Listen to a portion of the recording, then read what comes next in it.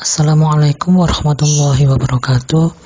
Puji syukur kehadirat Allah Subhanahu wa Ta'ala, karena atas rahmat dan hidayahnya saya masih bisa beraktivitas normal pada kesempatan ini untuk memberikan review dan penjelasan singkat mengenai aplikasi yang telah saya buat. Terima kasih saya sampaikan kepada yang terhormat Ibu Hani Nurhayati MT selaku Dewan Penguji Seminar Hasil yang telah meluangkan waktu untuk memberikan review dan saran pada pekerjaan seminar hasil yang telah saya kerjakan. Perkenalkan, nama saya Dian Permana Putra dengan NIM 16650108. Pada kesempatan ini saya akan menjelaskan secara singkat aplikasi untuk skripsi saya dengan judul Sistem Keamanan Mobilitas Orang di Kota Malang berbasis blockchain. Pada halaman dashboard kita tidak bisa melihat mobilitas data pengendara, di mana pada sistem ini terdapat dua user, yakni admin dan juga pengendara. Pengendara di sini adalah node sebagai pengumpul data pada jaringan blockchain. Pada halaman dashboard disajikan beberapa tampilan umum, yakni jumlah pengendara yang terdaftar oleh sistem, kemudian tanggal, dan juga informasi umum mengenai total pengunjung di 3 lokasi pemantauan tersebut, yakni bulanan dan juga total pengunjung harian. Di bagian bawah juga terdapat tampilan area pelacakan,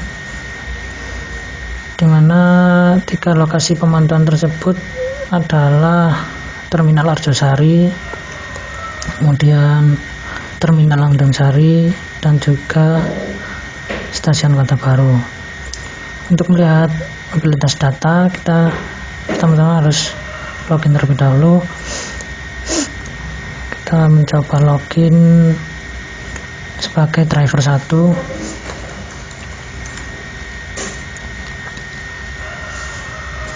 Nah, ini kita sudah login sebagai pengendara 1, di mana kita sudah bisa melihat atau mengakses menu mobilitas data.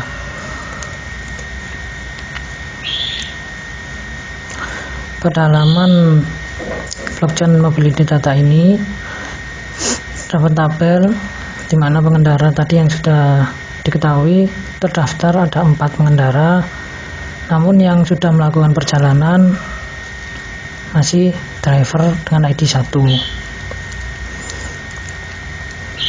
di mana level mobilitasnya masih rendah, status blockchainnya valid, dan di sini ada fitur-fitur lain, yakni statistik, flash position ini menunjukkan posisi terakhir, dan tracking ini untuk pelacakan. Kita mencoba mengakses fitur statistik.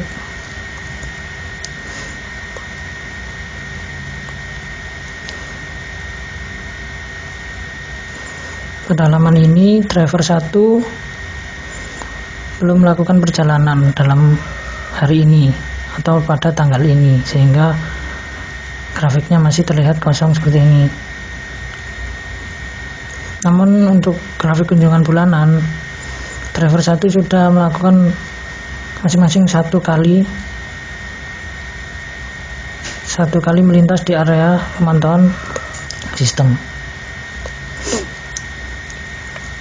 Kemudian untuk lokasi terakhir, di mana ini dimaksudkan untuk membantu apabila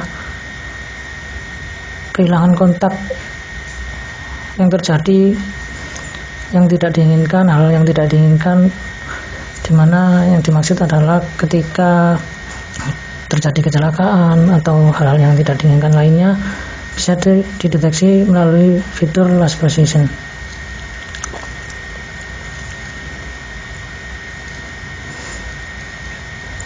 Di mana lokasi terakhir terlacak sistem pengendara 1 berada di wilayah sekitar terminal Landung Sari.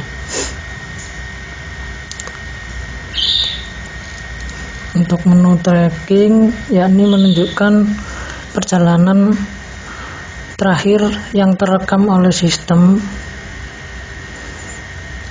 pada suatu hari, maksud saya pada tanggal tertentu, tanggal terakhir di mana pengendara tersebut melakukan perjalanan.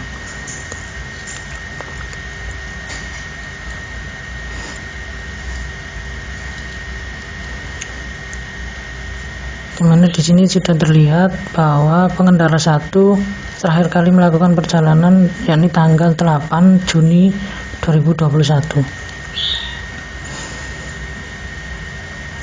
Pada halaman ini dapat diketahui perpindahan pengendara tersebut dan berhenti di titik ini. Berarti informasi sebelah sini menunjukkan bahwa pada tanggal 8 Juni ini pengendara 1 sudah melakukan 11 kali perjalanan dan berakhir di daerah Landung Sari.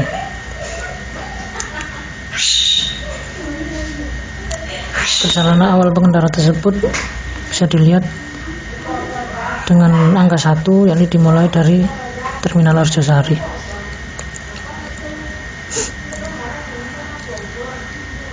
Untuk implementasi dari metode sendiri sangat terlihat fungsinya untuk keamanan data, di mana setiap perjalanan dari pengendara diwujudkan dalam bentuk blok, dan blok-blok ini menjadi penyusun dari blockchain. Nah, di sini detail blockchain dari pengendara 1 dapat dilihat. Setiap blok dari perjalanan pengendara 1 memiliki hash dan nilai previous hash yang saling terhubung. Bisa kita lihat nilai hash blok ketiga pengendara 1 memiliki nilai yang sama dengan previous hash blok selanjutnya. Demikian juga nilai hash pada blok 5 memiliki nilai yang sama dengan previous hash pada blok ke-6. Begitupun seterusnya. Hal ini sangat bermanfaat untuk mengamankan data, sehingga sedikit saja perubahan pada data yang sudah valid dan sudah disetujui oleh semua node pada jaringan blockchain akan merubah nilai kevalidan itu. Misal di sini kita mencoba untuk melakukan peretasan data, di mana hal itu sangat dilarang dalam sistem blockchain. Dapat kita lihat sebelum ada perubahan data, status blockchain dari pengendara 1 valid. Semisal kita bertindak sebagai hacker dan mencoba melakukan perubahan data. Misal di sini saya melakukan perubahan data dan merubah nilai waktu.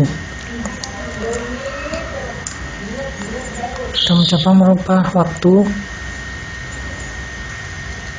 pada blok 2.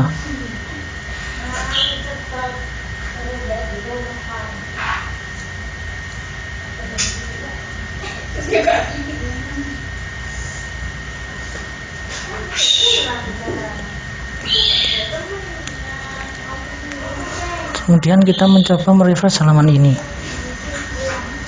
Nah, dapat dilihat di sini status dari blockchain itu langsung muncul keterangan invalid, di mana hal ini menunjukkan bahwa ada sebuah perubahan yang tidak dikehendaki, yang tidak disetujui oleh node yang terdaftar pada blockchain. Karena tadi kita melakukan perubahan pada waktu.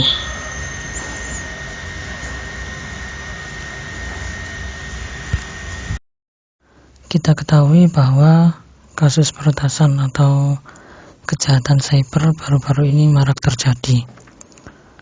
Masih kita ingat bahwa jutaan data daftar pemilih tetap atau DPT pemilu 2014, kemudian 91 juta data pengguna dan 7 juta data merchant Tokopedia serta 13 juta akun Bukalapak berhasil diretas. Dan yang masih sangat hangat adalah kasus kebocoran 279 juta data BPJS Kesehatan yang diperjualbelikan di forum online. Dari beberapa kasus yang telah terjadi, maka penggunaan sistem blockchain sangat diperlukan untuk memberikan tingkat kesulitan pada upaya peretasan pada sistem apapun, termasuk mobilitas. Karena bukan tidak mungkin ada sekelompok orang atau oknum yang memanfaatkan data mobilitas orang di wilayah tertentu untuk kepentingan individu yang merugikan banyak orang. Ya, mungkin itu yang bisa saya sampaikan, kurang lebihnya saya mohon maaf. Wassalamualaikum warahmatullahi wabarakatuh.